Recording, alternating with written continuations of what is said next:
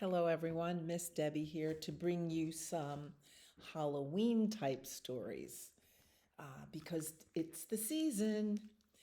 Our first book today is called Wolfgang in the Meadow by Lenny Wen.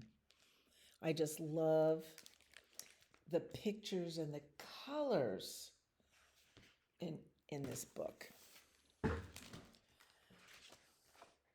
This is published by Clarion Books. Wolfgang in the Meadow, written and illustrated by Lenny Wen. And there's Wolfgang with a little bird sitting on top of its head, reading a book. Even the tree stump is happy. Wolfgang lived in the meadow like the other supernatural beings. He practiced things like hiding and making things fly, scaring and possessing living things, casting spells, and twirling in the air. Just sounds like a fun day in the meadow. So a meadow is a flat place of low-cut foliage, let's say, full of flowers and grasses and a few trees maybe. And meadows are home to butterflies and not so much dragonflies, but bees and animals and this and that. But Wolfgang also enjoyed non-spooky things. He hugged every tree he met. Are you a tree hugger? I am. And picked fresh wildflowers on his morning floats.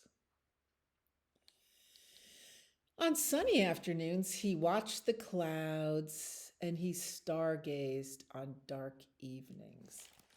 What a wonderful thing just to lay on your back and watch the clouds.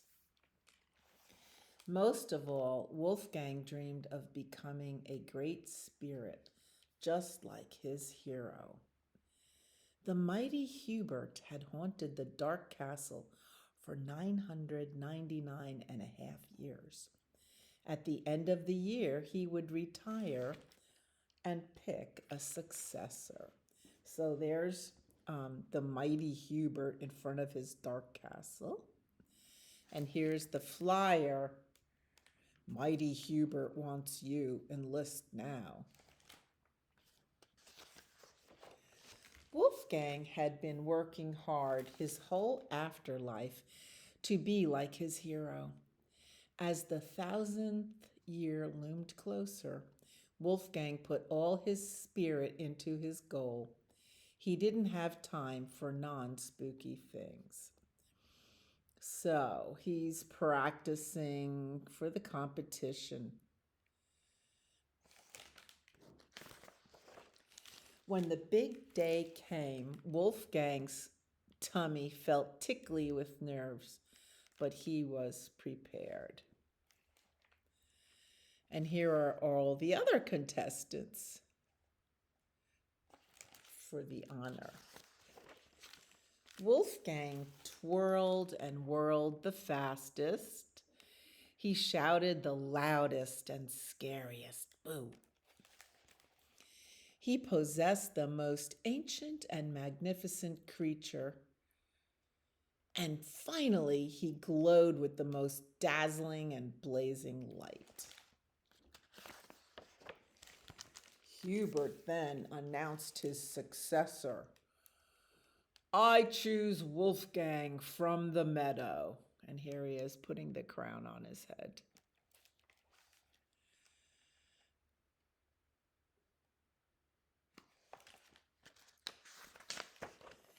Wolfgang was living his dream.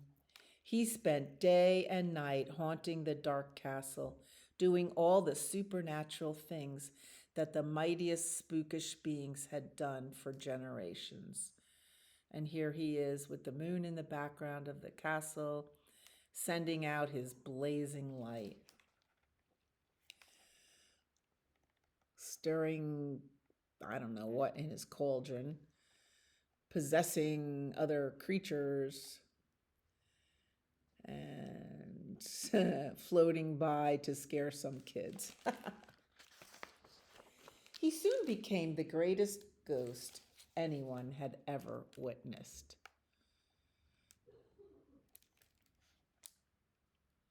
There's all his certifications and newspaper clippings about how famous and good he was. But after some time, Wolfgang didn't feel so great anymore. Something was missing.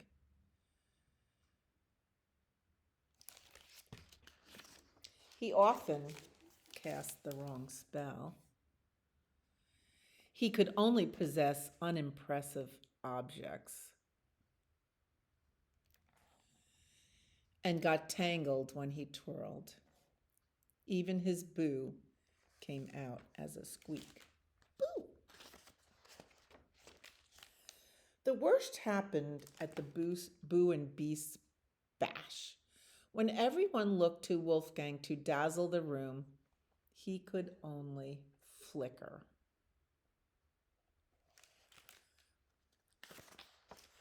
The days went by. Wolfgang tried everything, but nothing helped. One morning, someone familiar appeared in Wolfgang's window. Oh, it's the little bird that used to sit on his head.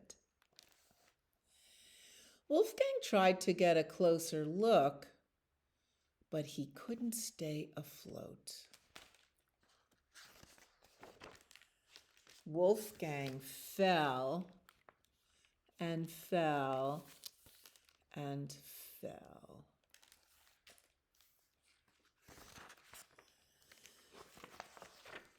Right into his old meadow. Here come the bunnies and the birds and the frogs.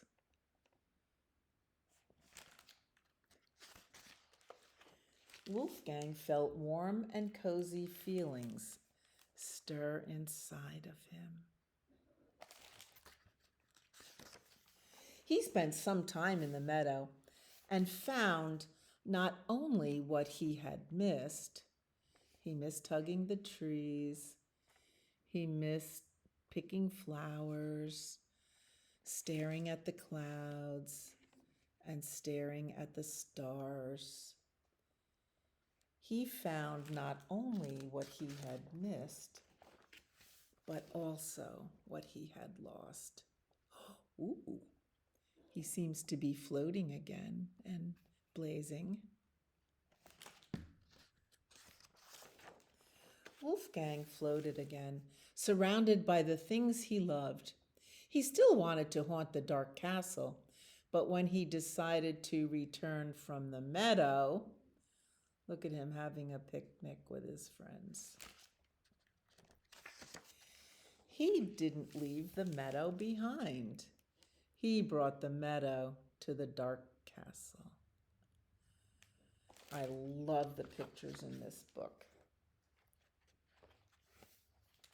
The end. Wolfgang in the meadow.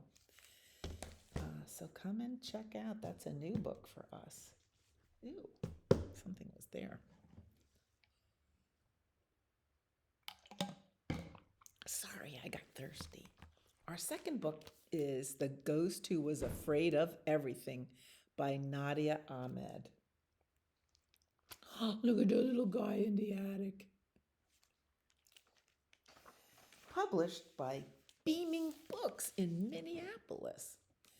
I love the little ghosts in this pictures because they have skinny little legs and dark spooky eyes. And this ghost is named Finn. Finn wanted to go out for Halloween. Humans are frightening. They make loud noises. They run from house to house and they shout trick or treat. That's what they do on Halloween.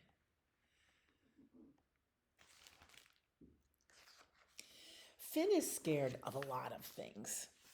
Tree branches, butterflies, the color orange, and flying all frighten him. He doesn't know why he twists and knots about these things. His older brother and younger sister can do anything without worry. Come and join us, they shout from up high. But Finn looks down. Mm-mm. When Finn is afraid, his stomach swoops, his hands sweat, and he can't move. Finn hides in his attic, but he feels lonely knowing everyone is having fun without him. Finn's family loves him for who he is. After every Halloween, they bring back candy for Finn to share. Except this Halloween, Finn's favorite chocolate bats are missing. His mother shakes her head. I'm sorry, they're all gone. Finn's siblings forgot to save him his favorite candy. How could they? This is the worst Halloween ever. Finn slumps. Finn makes a promise to himself. Next Halloween, he will fly with his family and eat all the chocolate bats he wants. He will go even if he is still scared. He will face his fears. And here he is imagining next Halloween. Finn starts small. Here he is looking at the big scary tree. A leafless tree is next to Finn's attic with branches sharp and pointy and rough. Finn doesn't allow his knocking knees to stop him. He touches the lowest branch. The bark feels rough, but there is no bite. Finn holds on for 1 whole minute. Every day, Finn touches the branches longer. 2 minutes, 5 minutes, 10 whole minutes he touches the tree. His knees knock less and less. One day he puts his arms around the tree. Thank you, he whispers to the tree, which gently waves down at him. Didn't we just hear about Wolfgang who hugged the trees? As snow falls, Finn climbs the branches and sits, watching his siblings soar above. He's up higher than ever, but not yet ready to fly.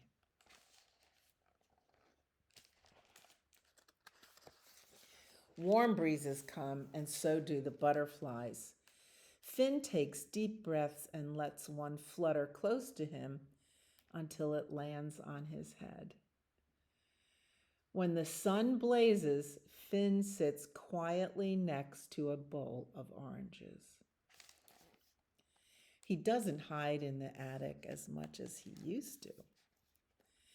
The leaves turn, and Finn is ready to try the thing he's most scared of, flying. He floats first near the attic window. He's holding on to the window, but he's outside. Then he hovers near the tops of trees. At last, Finn flies so high that all the houses and trees look like toys. Have you been in an airplane and looked out the window at the teeny tiny cars and houses down below? One day, flying on a breeze is a kite Finn doesn't see. And smack, he runs right into the kite and gets tangled in its string. Smack, crash, ouch, right into the tree. And all Finn's fears rush back. He stays in the attic for the rest of the day. Maybe the outside world is too dangerous. But wait, Halloween is only 1 week away. Finn remembers why he started to face his fears in the first place. Yes, chocolate bats. Finn doesn't want to miss out on his favorite candy, and he doesn't want to miss more fun with his family either. He tries flying again. His knees shake, his palms sweat, but he lifts off. Have you ever done anything you're kind of afraid of, like riding a bicycle or a scooter, afraid you're going to fall off? Finn practices every day with one eye always watching out for any kites. And finally, Finn goes out on Halloween with his family for the first time. And he gathers a large bag of chocolate bats all by himself, savoring each one. The end. Isn't that a fun book? The ghost who was afraid of everything. One more story at the moment, and I hope you enjoy them. The last one is called Feeling Boo, and the words are by Alex Boniello and April Lavalle, and the pictures are by Olivia Mueller. Feeling boo. And this is not about feeling a big boo, but it's feeling a little boo. This is published by Abram Books for young readers.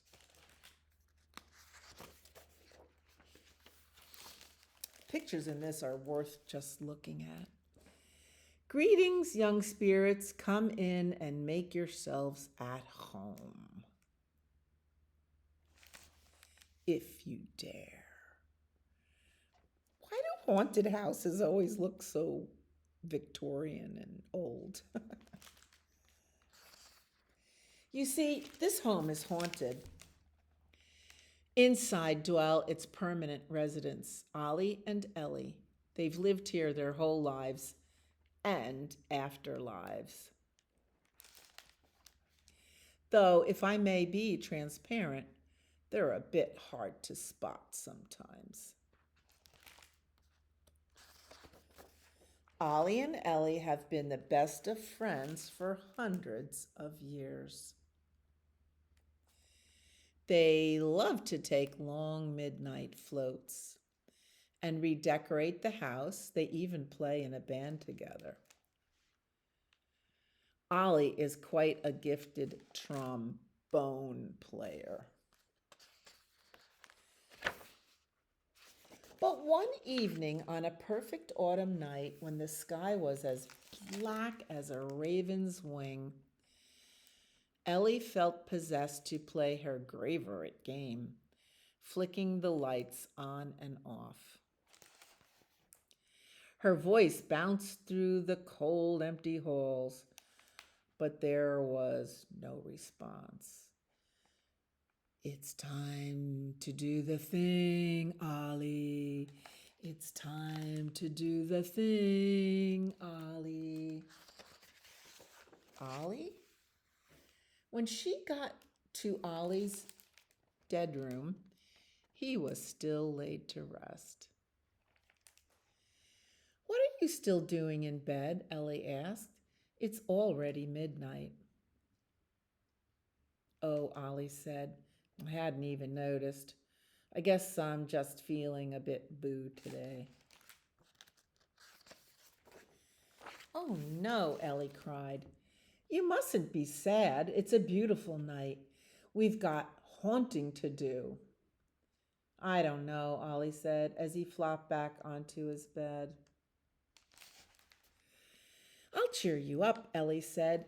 We can do all your favorite things. I promise tonight will be a scream. It's worth a try, I guess, Ollie sighed. Yay, don't worry. We're going to turn your boo into a woo. To begin their spectacular spooky night, the two ghosts visited the graveyard to see some old friends and take part in a moonlight serenade. which might sound like a bunch of wolves howling. And then they flew back inside and slammed all the doors and made the furniture float. You must be feeling better. That certainly gave me the thrills and chills, Ellie laughed. Not really, said Ollie, but thank you for trying. No, don't give up yet, Ellie said. There's still plenty of fun to be had. They blew out some candles and played old songs on the Victrola and peeped out the windows to spook passers-by. Look at that guy, he can't even see us. Hey, Ellie, you know what? Ollie began. That must have done the trick. There's no way you can still be gloomy after all of that, Ellie said. I'm still feeling boo, Ollie answered mournfully. I'm sorry. You're a good friend for trying to help, but wait, Ellie insisted. I know we can turn that frown upside down. They played dress up with some old clothes from the attic and had a fashion show. But it was nearly morning and Ollie and Ellie were quite tired. Did I do it? Did I chase the booze away? Ellie yawned, half dead from the night's activities. I have an idea, Ollie said shyly. Wait, I've got more. We can run through the house. Ellie. We can read those old books in the library and try on those old clothes in the attic. We already did that. Oh, remember that time we had a ghost movie marathon? Ellie, please listen. We can go find the cat. We can learn a new spell. We can make shadow puppets on the wall. We can read poems. I can paint a new portrait. It'll be so fresh and cool. Ellie, Ollie said, and finally she stilled. Please, just listen, Ollie said, taking her hands. You've been a great friend, the best ever, but I don't think we can outrun those boos. What if we just tried sitting here for a bit? Sitting? Quietly? I mean, maybe it's worth a try. And they sat that night, and they sat when the sun was rising. Here comes the sun, sunrise, and sun rising high in the sky. Thank you, Ellie, said Ollie. That really helped. Are the boos finally gone? Ellie asked. Maybe not, quoth forevermore, Ollie said. But I'm feeling much better now. Ellie smiled. I'm glad. The next night, as the sun set and a chill rolled in, Ollie sprang up. Is it time to do the thing? He went into Ellie's room and asked. Perhaps feeling boo is simply part of life and the afterlife. Finally, our ghosts were able to rest in peace. Well, play and rest in peace. Everyone loves to play. And here they are in their beautiful haunted house. The end. Thank you for listening to kind of scary, spooky stories. Happy Halloween.